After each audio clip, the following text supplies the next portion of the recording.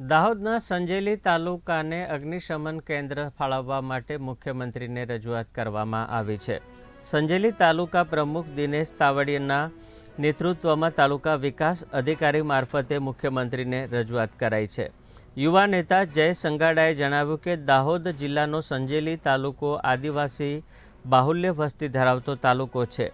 લગભગ 56 ગામડાઓ અને 1 લાખ જેટલી વસ્તી છે। છાસવારે બનતી આગની ઘટનાઓના કારણે નુકસાનની ઘણી ઘટનાઓ થાય છે, જેના કારણે લોકોના જીવ પર જોખમ થાય છે। હાલમાં જ સંજેલી તાલુકાના તરકડા મહુડી ગામે એક મકાનમાં શોર્ટ સર્કિટના કારણે આગ લાગતા આખું મકાન ઘરવખરી સાથે બળીને ખાખ થઈ ગયું।